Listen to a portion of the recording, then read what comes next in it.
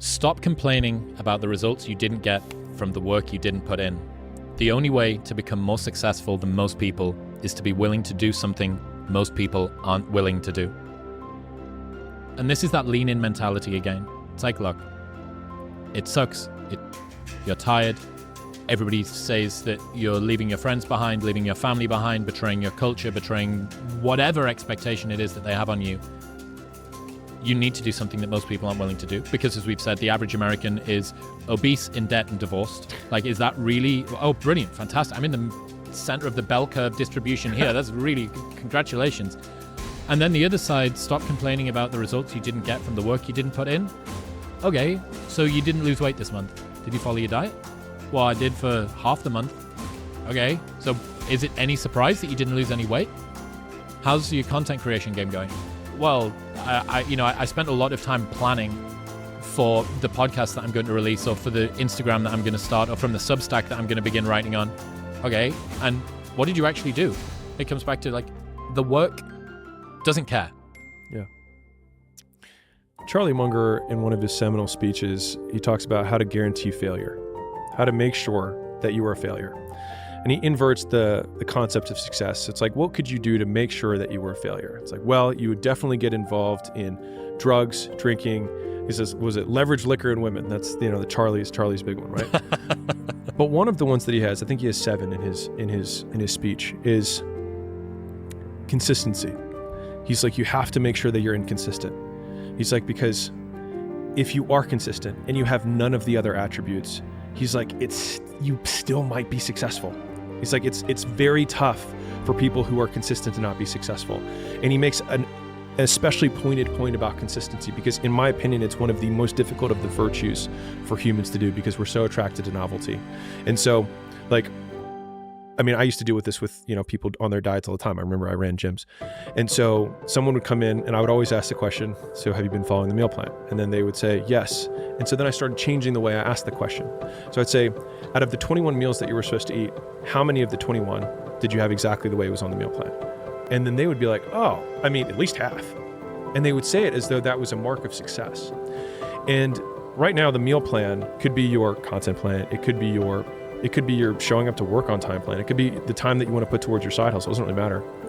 But if there's one muscle that you can flex, it's learning to do the same thing over and over again. Like, one of the values that we had at Gym Launch is do the boring work, because boring is what makes you rich, right? It's writing the follow-up sequence to the purchase page that you don't feel like doing, but you should do.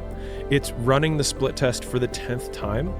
It's actually going through and prepping for 20 minutes before you have the meeting, because it's amazing how much smarter you can appear with 20 minutes of preparation. Like, you can appear 50 IQ points smarter if you just prepare for meetings for 20 minutes. I remember I did a consulting day, which I've only done 3 in my entire life.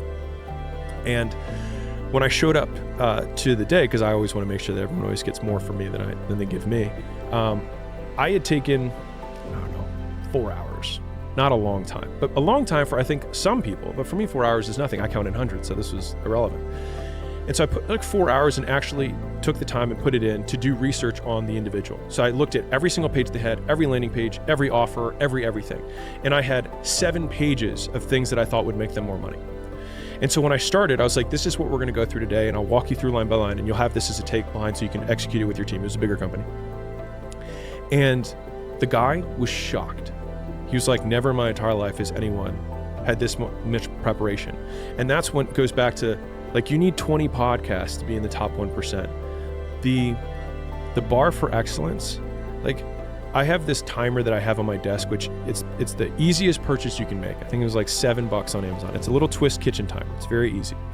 And it's been probably my biggest focus hack, to date, which is I turn it when I want to start working. And part of it allows me to think how long, I get better at predicting how long it's going to take me to do something. So I think this will take me 35 minutes. So I turn the clock to 35 and I click on. And then I start working on the thing. And the moment my phone rings or I look at Slack or whatever, I stop the timer. And so you actually see that your time on task is usually significantly less than you think it is. And I think that in my early days, I would spend a very long time in front of a computer telling myself that I was working with very few minutes actually on task. And that's why I think that most things are actually significantly easier than people think they are. They just don't know how to try hard. Because the harder that you try, the easier it gets. And so it's like, if you can just learn to love what trying hard feels like, then all of a sudden it becomes unreasonable that you can't win. So like, for the presentation that I'm giving, I explained a little bit earlier about what my process looks like. If you were to say, what would it take for somebody to be unreasonably good, that it would be impossible for them to not be a top 1% salesman or a top 1% content creator, and you said, what would that person need to do? Irrelevant from outcome, what would be the actions or evidence that they would have to do prior to that thing that would make it unreasonable that they couldn't succeed? And then you do those things, what happens is you realize that it's actually not that hard because you put so much work into it, and the bar from other people working is so embarrassingly low that they then ask you how you did it, and it must be easy. Consistency doesn't guarantee that you'll be successful, but not being consistent will guarantee that you won't reach success.